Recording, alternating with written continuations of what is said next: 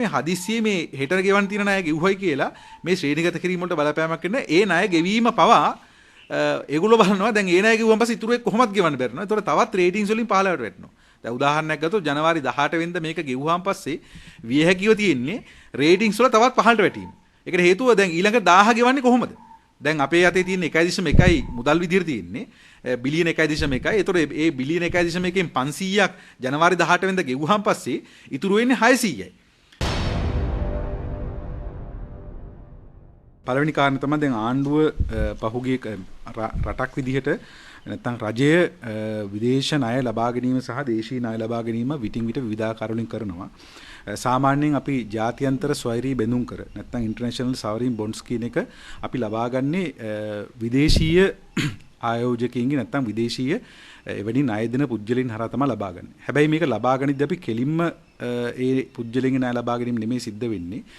මූලික වශයෙන් වෙන්නේ අපි ප්‍රාථමික වෙළඳපළකට තමයි මේක නිකුත් කරන්නේ. දැන් උදාහරණයක් ගත්තොත් මේ ලංකාව නිකුත් කළ තියෙන ස්වෛරී බැඳුම් කර සිංගප්පූරු වෙළඳපළ ඇතුළේ තමයි විකිරෙන්නේ. ඒතර ප්‍රාථමික වෙළඳපළේදී තවත් අය නැත්නම් ද්විතීයික වෙළඳපළට ඒක ගමන් කරනවා. එතනින් පස්සේ තමයි ද්විතීයික වෙළඳපළේ තමයි විවිධ පුද්ගලයන්ගේ සංවිධාන ආයතන මේවා මෙලිදී ගැනීම සිද්ධ වෙන්නේ. ඒ නිසා සාමාන්‍ය සිද්ධ වෙන්නේ මේ ප්‍රාථමික වෙළඳපළ සාමාන්‍යයෙන් ජාත්‍යන්තර බැංකු සහ ඒ ජාත්‍යන්තර මූල්‍ය ආයතන තමයි ප්‍රාථමික වෙළඳපළට අයිති වෙන්නේ. එතකොට ස්වෛරී බැඳුම් කර සම්බන්ධ තත්ත්වය ඒක. ඊළඟට ලංකාව සාමාන්‍ය රටක් සංවර්ධන බැඳුම් කර නිකුත් කරනවා. ඒ සංවර්ධන බැඳුම් කර දොය සිද්ධ වෙන්නේ දේශීය වශයෙන් දේශීය බැංකු වලින් ණය ලබා ගන්නවා. ඒ ලබා ගැනීම කරන්නේ ඩොලර් වලින් තමයි දේශීය බැංකු වල තියෙන ඩොලර් තමයි එලෙස ණය විදිහට ලබා ගන්නේ. ඊළඟට භාණ්ඩාගාර බිල්පත් නිකුත් කරනවා. ඒ භාණ්ඩාගාර බිල්පත් වලින් දේශීය ආයතන වලින් ඒකෙත් ප්‍රාථමික වෙළඳපළක් තියෙනවා. ප්‍රාථමික ගණුම්කරුවන් ඉන්නවා. සාමාන්‍ය ලංකාවේ 15ක් විතර ඉන්නවා ප්‍රාථමික ගණුම්කරුවෝ. ඒ ප්‍රාථමික ගණුම්කරුවෝ යම්කිසි පොලි ලන්සුවක් තියලා බැඳුම් කර ලබාගෙන නැත්නම් බොන්ඩ්ස් ඇති කරගෙන මේ කියන භාණ්ඩාගාර බිල්පත් වලට එකඟ වෙනවා. ඊට අමතරව ණය හරහා දේශීය සහ විදේශීය ණය හරහා මුදල් ලබා ගන්නවා. ඒතර මේ ක්‍රමයට තමයි සාමාන්‍ය රජයේ ණය ගැනීම මූල්‍ය අරබුද වලදී නැත්නම් මූල්‍ය අවශ්‍යතා ඉෂ්ට කර ගැනීමට මැදිහත් වෙන්නේ. දැන් මේකේ මේ ජාත්‍යන්තර ස්වෛරී බැඳුම් කර අපි මේ වෙනකොට කොයිතරම් අරබුදයක ඉන්නවද කියලා මම ඔබට පැහැදිලි කරන්නම්. මේ අපිට ගෙවන්න තියෙන ස්වෛරී බැඳුම් කරවල දිනත් එක්ක කොහොමද අපිට ගෙවන්න තියෙන්නේ කියලා. දැන් අපි පහුගිය අවුරුද්දේ බැඳුම් කර අපි ඒ ස්වෛරී බැඳුම් කර අපි ගෙවලා අවසන් කළ තිනවා. කාලය අවසන් වෙනකොට දැන් මේ අවුරුද්දේ 2022 වසරේ බැඳුම් කර දෙකක් අපිට මෙලෙස ගෙවන්න තියෙනවා. ස්වෛරී බැඳුම් කර දෙකක් 2022 ජනවාරි 18 වෙනිදා දැන් කවුරුත් සාකච්ඡා කරන මාතෘකාව ඩොලර් මිලියන 500ක් 2022 ජුලි මාසේ 25 වෙනිදා ඩොලර් මිලියන 1000ක් ඩොලර් බිලියනයක් ගෙවන්න තියෙනවා. ඊළඟට 2023 අප්‍රේල් මාසේ 18 වෙනිදා ඩොලර් මිලියන 1250ක් ගෙවන්න තියෙනවා. 2024 මාර්තු 14 වෙනිදා ඩොලර් මිලියන 1000ක් ඒ කියන්නේ බිලියනයක් අපිට ගෙවන්න තියෙනවා. 2024 ජූනි මාසේ 28 වෙනිදාට ඩොලර් මිලියන 500ක් ගෙවන්න තියෙනවා. 2025 ජූනි 3 වෙනිදාට ඩොලර් මිලියන 650ක් ගෙවන්න තියෙනවා. ඒ නිසා දැන් මේක මේ අද හෙට ඉවර වෙන ප්‍රශ්නයක් නෙමෙයි. මේක මාස 6කින් මාස 6න් මාස 6ට හරියට නිකන් අර මාරකයක් පයින්නවා වගේ මේක මාස 6න් මාස 6ට අපිට උදා වෙන ප්‍රශ්නයක්. මේ අසීමිත ලෙස ඊටාම ඉහළ පොලියට දැන් මේ පොලි අනුපාතික ගත්තොත් එහෙම 105.8 106.25 106.1 එනිසා 107 මේ ආදි විදිහට ඊටාම ඉහළ පොලි අනුපාත වලට තමයි මේ බැඳුම් කර අපි නිකුත් කරලා තියෙන්නේ. ඒ නිසා මේක විසින් අපේ රටේ ආර්ථිකයට දරන්න බැරි අර්බුදයකට හිරවීමට උගුලකට අපි එක පැත්තකින් අහුවිලා තියෙනවා. මේ එක කාරණයක්. ඊළඟට අපි විශාල වශයෙන් ණය අරගෙන තියෙනවා. ඒ ණය වලට අනුව අපිට ගෙවන්න තියෙනවා 2022 දී 2021 අවුරුද්ද අපිට ගෙවන්න තිබුණා ඩොලර් බිලියන 3.9ක්. 2022 දී ඩොලර් බිලියන 4.5ක් අපිට ගෙවන්න තියෙනවා. 2023 දී ඩොලර් බිලියන 4.2ක් ගෙවන්න තියෙනවා. 2024 දී ඩොලර් බිලියන 4.4ක්. 2025 දී ඩොලර් බිලියන 5ක්. 2026 දී ඩොලර් බිලියන 3.8ක් ගෙවන්න තියෙනවා. ඒතර මේ විදිහට ගත්තාම අපිට සාමාන්‍යයෙන් ඉදිරි වසර කිහිපය තුල ඩොලර් බිලියන 6ක 7ක වගේ සමස්ත වාරික ප්‍රමාණයක් දේශීය මේ අරගෙන තියෙන ජාත්‍යන්තර ණය සහ බැඳුම් කර හරහා අපිට ගෙවන්න සිද්ධ වෙනවා කියන පැහැදිලි. ඒ නිසා ඩොලර් බිලියන 6ක 7ක ආර්ථික වර්ධනයක් නැත්නම් එවැනි ආර්ථික හැකියාවක් මේ දැන් මේ ඉදිරිපත් කළ තියෙන ආර්ථික වැඩපිළිවෙල කිසිවකින් ලබා ගන්න අපිට හැකියාවක් නැහැ. ඒ නිසා පැහැදිලිවම අපි විශාල මූල්‍ය අර්බුදයකට ආර්ථික අර්බුදයකට ඉදිරි වසර කිහිපය තුළ මුහුණ දෙනවා. ඒක තමයි මේ ඉලක්කම් වල තියෙන අනතුරු ඇඟීම. ඊළඟට අපි මෙතනින් ඉදිරියට ගියොත් එහෙම අපි මේ ඩෙවලොප්මන්ට් බොන්ඩ්ස් ඒ කියන්නේ සංවර්ධන බැඳුම් කර එහෙම නැත්නම් ලංකාවේ බැංකුවලින් මූල්‍ය ආයතන ඩොලර් ලෙස ලබාගත් ණය අපි ගත්තොත් එහෙම මේ වසරේ ගෙවන්න තියෙනවා. ඒකෙත් අපිට ඉදිරි වසර කිහිපයට ගෙවන්න තියෙනවා. මේ වසරේ අපිට ගෙවන්න තියෙනවා ඩොලර් මිලියන 1295කුත් 0.64ක්. ඒ කියන්නේ සාමාන්‍යයෙන් ගත්තොත් ඩොලර් බිලියන 1.3ක් අපිට ගෙවන්න තියෙනවා මේ විදිහට. ඒතර මේ ඩොලර් බිලියන 1.3යි ස්වෛරී බැඳුම් කර අපිට තියෙනවා ගෙවන්න ඩොලර් බිලියන 1.5ක්. ඒතකොට එක එතන 2.8යි. ඊළඟට අපිට ඩොලර් බිලියන 4.5ක ණය ගෙවන්න තියෙනවා. ඉතින් මේ ඔක්කොම එකතු වුණාන් පස්සේ සාමාන්‍ය ඩොලර් බිලියන 7ක 8ක අතර ප්‍රමාණයක අපිට මේ අවුරුද්දේ ණය ගෙවන්න තියෙනවා. ඒ නිසා මේ ඩොලර් බිලියන 8ක් ගෙවන්න බෑ. අද වෙනකොට අපේ විදේශ විනිමය සංචිතය ආණ්ඩුව එක ඉලක්කම් එකතු කරලා කියනවා විදේශ විනිමය සංචිතය වැඩි කරගත්තා කියලා. නමුත් ඉතාම පැහැදිලිව ඩොලර් බිලියන 1.6ක විදේශ විනිමය සංචිතයක් තමයි අප සතුව තියෙන්නේ.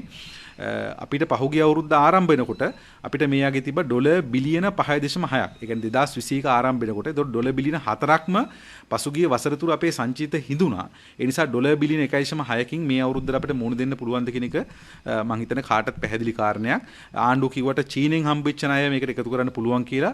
ඒ ඩොලර් බිලියන 1.5 දැනට ආර්ථික තොරතුරු වාර්තාකරණයන් වලට අනුව ඒක තියෙන්නේ තවමත් චීන මුදල් ලේඛකයෙක් යටතේ. ඒ නිසා ඒක ඩොලර් වලට හුවමාරු කිරීමේ හැකියාවක් අපිට ලැබිලා නැහැ. ඒ නිසා තවමත් ඩොලර් සාමාන්‍ය පිළිගැනීමට අනුව ඩොලර් බිලියන 1.6ක සංචිතයක් තියෙන මේකෙනුත් රන් සංචිතය අපි ඉවත් කළ යුතු තියෙනවා. ඒතර ඒකත් ඉවත් කරාම සාමාන්‍ය ඩොලර් බිලියන 1.1ක විතර තමයි අපි සතු සංචිත තියෙන්නේ. ඉතින් ඒ නිසා පැහැදිලිවම ඩොලර් බිලියන 1.1ක් තියෙන වෙලාවක තමයි ආණ්ඩුව මේ ලෑස්ති වෙන ඩොලර් මිලියන 500ක් ගෙවන්න.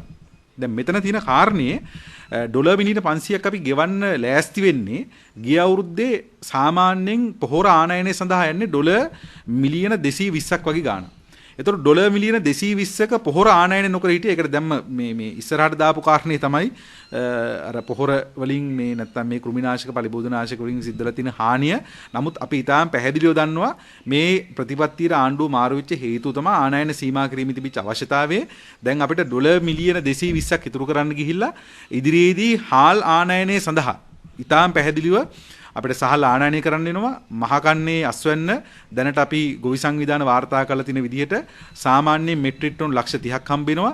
මෙට්‍රික් ටන් ලක්ෂ 30 ලක්ෂ 18ට 17ට වගේ අඩු වෙන්න ඉඩකඩ තියෙනවා. ඒතකොට 150කින් විතර අපි අස්වැන්න කඩා වැටෙනවා. 150කින් අස්වැන්න කඩා වැටෙනවා නම් අපිට සහල් ආනයනය කරන්න විතරක් සාමාන්‍යයෙන් ඩොලර් මිලියන 500කට 600කට අධික ප්‍රමාණයක් යනවා සහල් ආනයනය සඳහා. මොකද මේකට උත්තරයක් හොයන්න වෙන ක්‍රමයක් නැහැ. හදිස්සියේ මේගොල්ලන්ට උණුට හදිස්සියේ මේ වී අස්වැන්නක් එන්නේ නැහැ. හදිස්සියේ ගස් වලින් ගෙඩි හැදෙන්නේ නැහැ. ඒ නිසා මේකට තව කන්නයක් යනවා මේකට උත්තර හොයාගන්න. ඒතකොට මේ කන්නය ලබන මාර්තු අප්‍රේල් මැයි ජූනි වෙනකොට ලංකාවේ සාගතයක් නිර්මාණය. ඒතකොට මේ සාගතයට අපිට අනිවාර්යෙන් ආනයනය කරන්න වෙනවා. ඒතකොට ඒකට ඩොලර් අවශ්‍ය වෙනවා. ඉතින් අපි එක වෙලාවක ඩොලර් ආරක්ෂා කරන්න ගත්ත තීරණය අද වෙනකොට විශාල සාගතයක් බවට පත් වෙලා තියෙනවා. හැබැයි දැන් ඩොලර් මිලියන 220ක් ඉතුරු කරන තමයි ඔය අමුතු පොහොර ප්‍රතිපත්ති ගෙනාවේ, කඩිකුලප්පු පොහොර ප්‍රතිපත්ති ගෙනාවේ. දැන් එතකොට ඒ වෙලාවේ ඩොලර් මිලියන 220ක් ඉතුරු කරන්න හැදුවා. කිරිපිටි ඔබ දන්නවා විටින් විට කිරිපිටි නැව්ව ඇවිල්ලා කිරිපිටි ලංකාවට ගොඩ බාන්න බැරුව හිටියා ඩොලර් ප්‍රශ්න නිසා. ඊළඟට මේ ගෑස් ප්‍රශ්නේ නිර්මාණය කරලා ගෑස් සමාගම් විසින් විශාල අනතුරු ප්‍රමාණයක් නිර්මාණය කරාට පැහැදිලිවම ගෑස් වෙළඳපොලේ හිඟයක් නිර්මාණලා තිබ්බා. ගෑස් ගෙන්නන්න බැරි ප්‍රශ්නයක් ඩොලර් නැති ප්‍රශ්න නිසා ගෑස් හිඟයක් නිර්මාණලා තිබ්බා. දැන් ඉදිරියේදී තවත් අත්‍යවශ්‍ය භාණ්ඩවල හිඟයක් නිර්මාණය වෙනවා. මේ ඔක්කොම ගෙවන්න නැතුව, ඒ කියන්නේ අත්‍යවශ්‍ය භාණ්ඩ ආනයනය නොකර මේ රටේ ජනතාව ඊටාම අසීරු ආර්ථික අභියෝගයට මුහුණ දෙද්දී දවසේ අවශ්‍යතා ඉෂ්ට කරන්න බැරි තත්ත්වයකට එද්දී ආනයන සීමා කරලා තියෙද්දී දැන් අපි ලෑස්ති වෙනවා ඩොලර් මිලියන 500ක් රටක් විදියට මේ කියන ස්වෛරී බැඳුම් කරවලට ගෙවලා දාන්න. දැන් මෙතන පිටිපස්සේ දින කතාව මොකද්ද? මේක පිටිපස්සේ දින කතාව මොකද්ද? සාමාන්‍යයෙන් දැන් මම කලිනුත් පැහැදිලි කරා මේ ස්වෛරී බැඳුම් කර නිකුත් කරන්නේ ප්‍රාථමික වෙළඳපොළකට. ඒ ප්‍රාථමික වෙළඳපොලේ මේක මම මිලදී ගන්නේ විවිධ බැංකු සමාගම්. ඊට පස්සේ ඒක නැවත ද්විතීයික වෙළඳපොලේදී තවත් ආයතන වලට පුජ්‍යලින්ට විකිනෙනවා.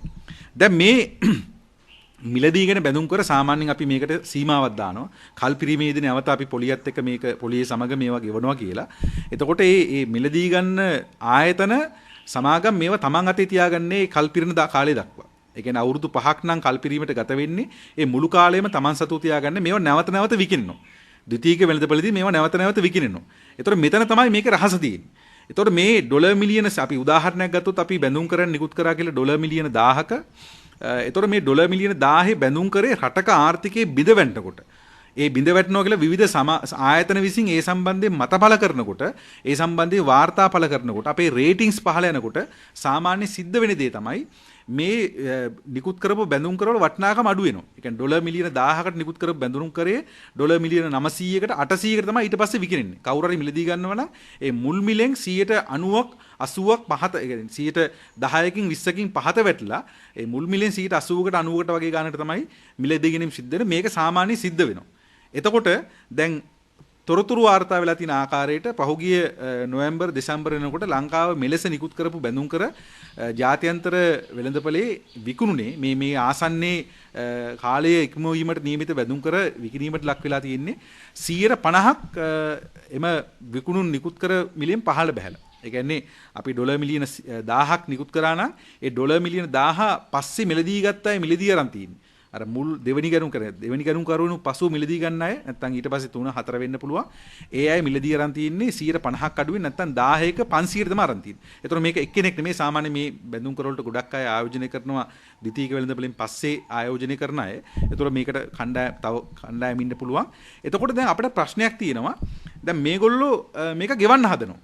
ඩොලර් මිලියන 500 ගෙවන්න හදනවා. දැන් මේ ගෙවන්න හදන එක බැලුවාම සාමාන්‍ය ගෙවන්න හැදීමේ ආසන්න හේතු නැත්නම් ආණ්ඩුව පෙන්වන හේතු තියෙන්නේ මේ රේටින්ග්ස් ආයතන වලට පාඩමක් උගන්වන්න ඕන කියලා. හරි. රේටින්ග්ස් වලට මේ රේටින්ග්ස් ආයතන වලට පාඩමක් උගන්වන අපි ගෙවනවා කියලා පෙන්වන මේ ගෙවනවා. දැන් ප්‍රශ්නේ තියෙන්නේ මේ රේටින්ග්ස් ආයතන දැන් සාමාන්‍යයෙන් සලකා බලන්නේ මෙතෙක් කරපුව නෙමෙයි. ඉදිරියේදී යන පාර. කියන්නේ මෙතෙක් ණය ගෙවුවා කියන එක ඒගොල්ලන්ට එච්චර අදාළ නැහැ.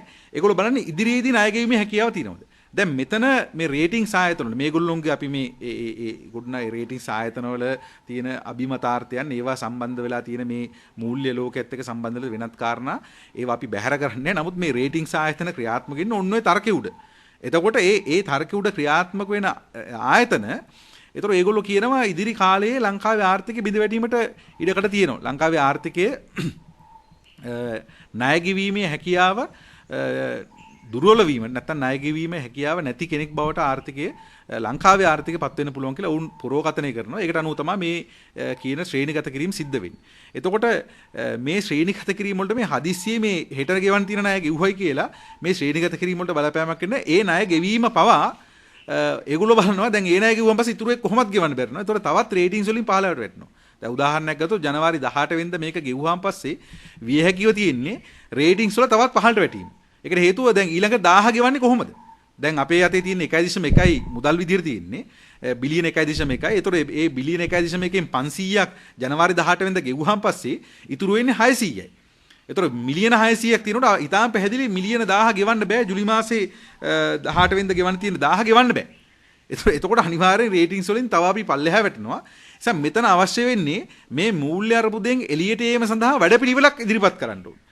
එහෙම වැඩපිළිවෙලක් ගේන්න ඕනේ. එහෙම නැතුව මේක අර හන්දියට ආපු චණ්ඩියා වගේ අපි යන්නේ අපි මෙහෙමයි අපි ওই රේටින්ග්ස් වලට බය නැහැ අරවට බය නැහැ මේවට අපි ගෙවන හැටි අපි දන්නවා ගෙවන හැටි අපිට කියන්න බෑ ඒව රහසක් ඒව අපි ඒව අපි ඒ ගෙවන වෙලාවට ගෙවන්නම්කෝ මේ කතාව අපි ඇහුවා ජනාධිපතිවරන්ට කලින් අගමැතිවරයාගේ කටින් එයා කිව්වේ ආර්ථිකය කොහොමද ගොඩනගන්නේ ඒවා මේ අපි කලින් කරපු වැඩනේ අපි ආහන් පස්සේ බලාගෙන අපි කරලා පෙන්නන්නම් කිව්වා දැන් මේ කරලා පෙන්නලා තියෙනවා තාමත් ඒ වහසිබස් කියනවා